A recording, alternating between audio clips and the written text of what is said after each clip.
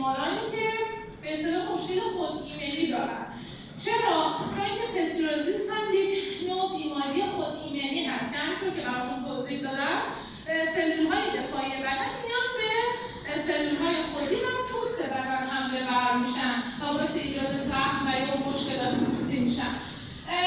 جناب آقای تقوی مشکل پستیروزیس داشتن که توی برهه زمانی که از گانودرما استفاده کردن خدا رو شکر نظر پزشکشون این بوده کلاً بهبودی کامل براشون حاصل شده. تشریف بیارین آقای تقوی.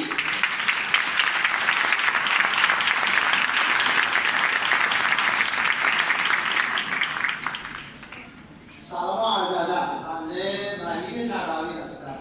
خیلی ممنون که ارائه می‌کنم خدمت نیکوان گرامی. بنده از سال 89 درگیری مریضی ریسک پستیروزیس بودم. بعد هر حضورتون که تقریبا 6 سال یادمانی کردم به نتیجه نرسیدم. 1 سال خورده‌ای تحت نظر سرخانم زهرا حاضر بودم. بعد از مسئله‌تون که باز به نتیجه نرسیدیم تا با شرکت محترم ویز و محصول بسیار عالی به نام گاچ گانودرما.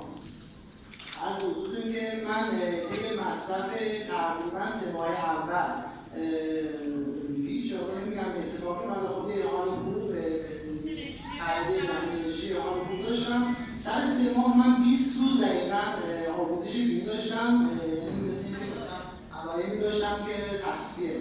بعد از مسئله‌تون که سر 6 ماه من خیلی جالب بود که تمام زخمام به یک باره ناپدید شدن. خیلی جالب بود برام. بعد یعنی اصلا التهابام خودم ناپدید شدن. بعد من یه هفته پیشم پیش سرخانم زهرا فاضل بودم. از مسئله‌تون که ایشون تایید کردن که بنده به بهبودی 100% رسیدم. و